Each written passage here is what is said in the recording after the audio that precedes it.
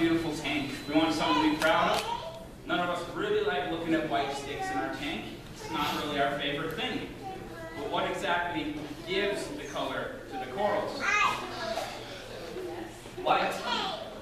Light is the biggest factor in coloration in corals. I think we're all aware of that. We've all run metal halides, T5s, you know, the old high output T8s. You know, we've seen it all as far as lighting goes in the reef aquarium. Why is that light exactly beneficial? Zooxanthellae, microorganisms that live within the cells of corals. Now, it varies from species to species, but within 1 square inch of coral tissue, there are millions of zooxanthellae. Millions of them. Zooxanthellae take the sunlight, convert it into energy for our corals with chlorophyll A, chlorophyll B, and some other ones that we probably won't dig into today. We'll stick to the 2 main ones.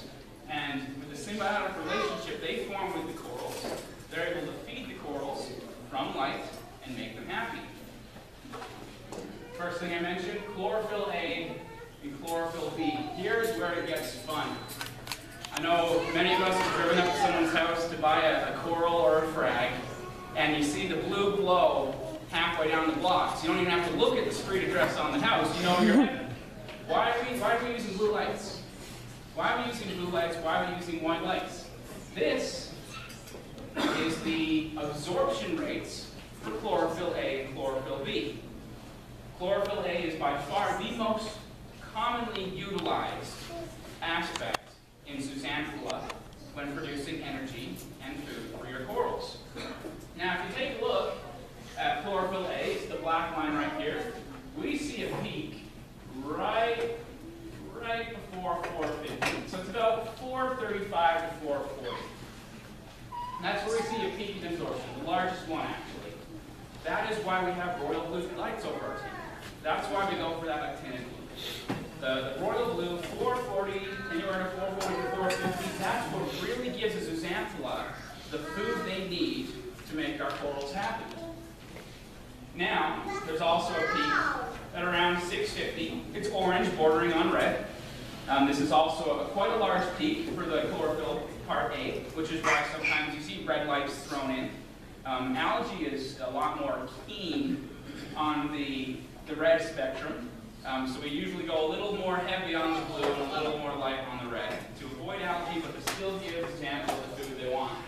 Now, one of the main things I'm going to focus on today, especially when we get later on to the LED section, is this peak right here.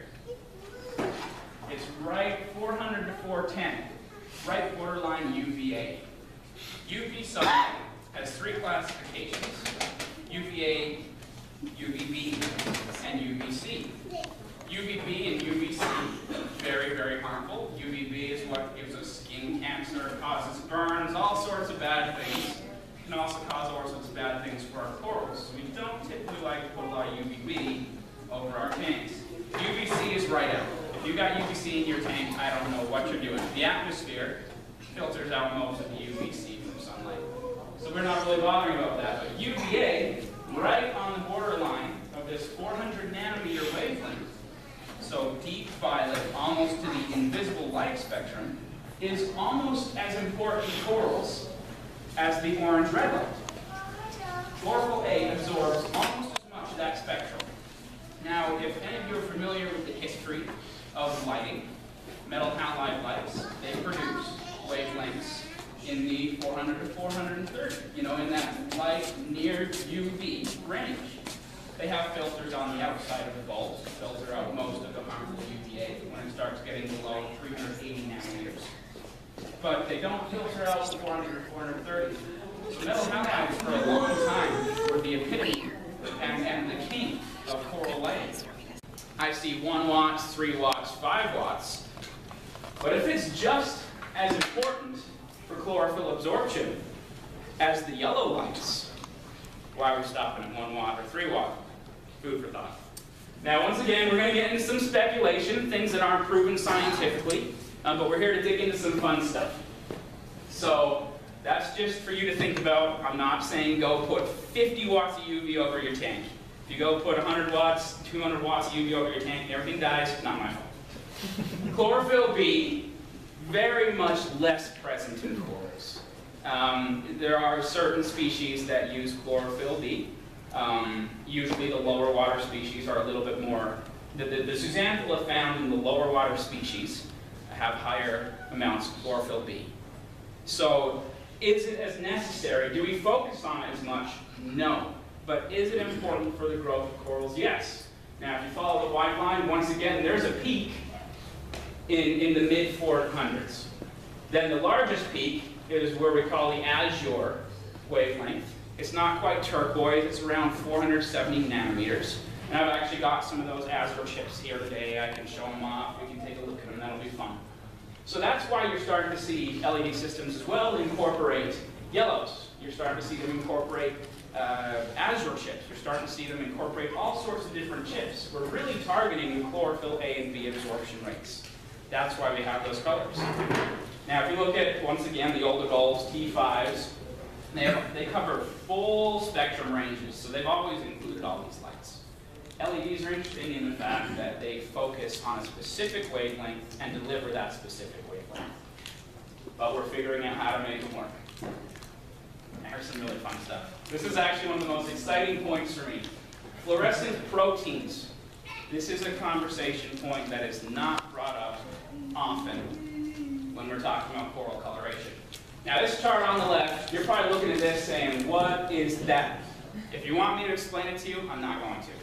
That is far beyond my scope of knowledge. I can't identify what all these strings are, but this is the breakdown of fluorescent protein code within DNA. How many of you have gone to PetSmart and have seen the glowfish that have come out? Raise a hand. Raise a hand. You've seen these pinks, these greens, these purple glowfish. They've extracted the fluorescent proteins codes from jellyfish, coral species, and other fluorescing marine life, and embedded that into the DNA of these freshwater fish. They've rewritten the DNA code to produce fluorescing proteins. Fluorescing proteins are also found within corals.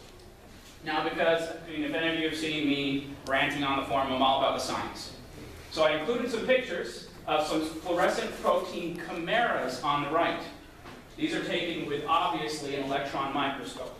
This is minute scale stuff. Now, fluorescent protein chimeras are fluorescent proteins that have combined together. Have you ever seen a red, blue, green LED that can create any color? By using the different wavelength, red, blue, and green, it creates these different colors. Fluorescent proteins work much in the same way. The most common ones, any guesses?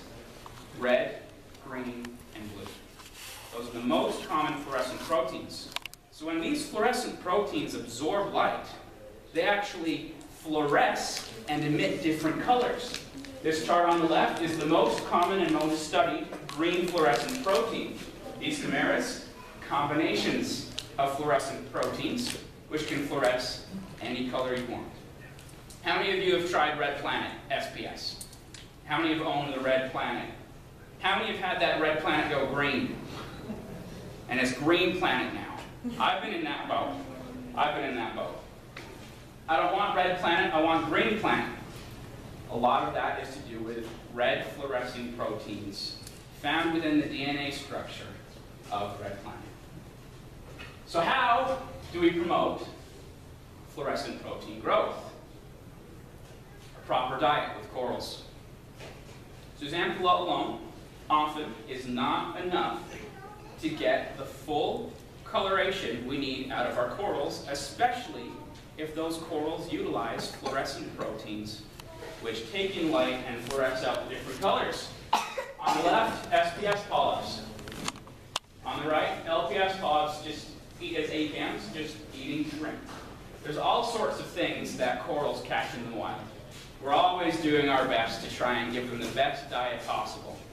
If you're having trouble with coloration in your corals, sometimes light isn't the only focus. A healthy diet, be it naturally found within a well-established reef or supplemented with foods, is a very essential part of having a healthy, colorful coral reef. This is actually the first intermission. This is the short section. Does anybody have any questions on anything we've covered when it comes to the coloration of corals?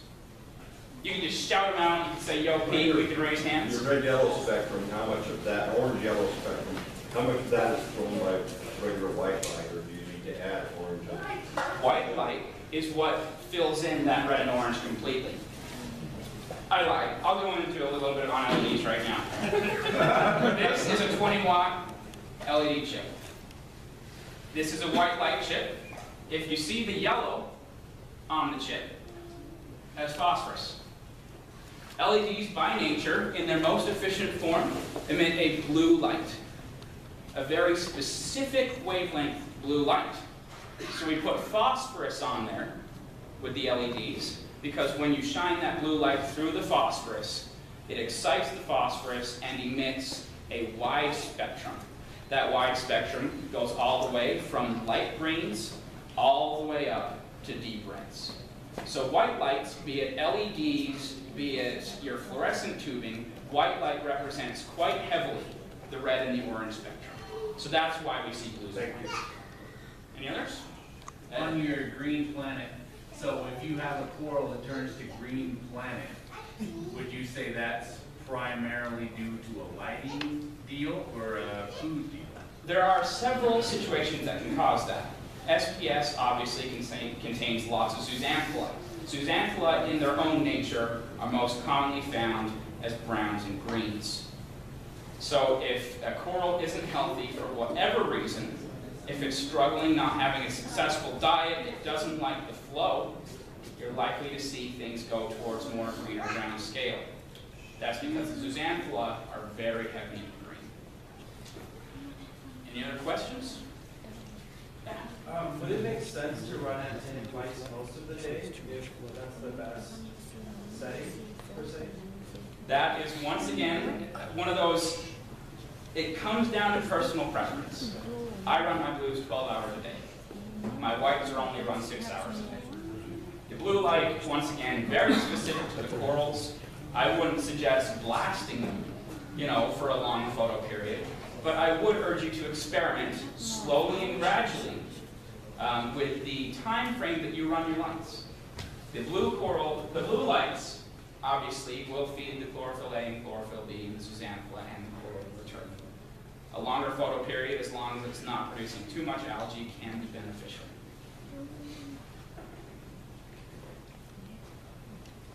Yeah? Can a longer photo period be detrimental? A longer photo period can definitely be detrimental. If you are making those zooxanthellae work harder than they need to, it can cause some serious problems. The sun doesn't stay up for 24 hours, so the end goal is to mimic sunlight, because that's what corals have evolved to use. That's what corals have evolved to adapt. I don't think any of us would do great if we were under sunlight for 24 hours, constantly, never getting a break. It is definitely very important to give the photo period of corals a break. So I would not advocate running your lights 24 hours. Is there a difference between running a higher output for a shorter period of time or a lower output for a longer period of time, or is the net the same? There is a difference. The zooxanthellae and the chlorophyll A absorption is going to go through a very high excited period during the peak hours of the sunlight. If you're producing too much, if too much photosynthesis is going on, that can definitely cause some issues with the corals. So it really is important to have a very high activity point in your life cycle. That's been proven time and time again. Now, once again, if you ask any reefer, they'll give you a different time frame on how they run their life cycle. So I am really hesitant to tell you what is best, but you will see differences between giving it an average life cycle or giving it a ramp-up life cycle. If you change your main intensity duration, you will see a difference in coral response.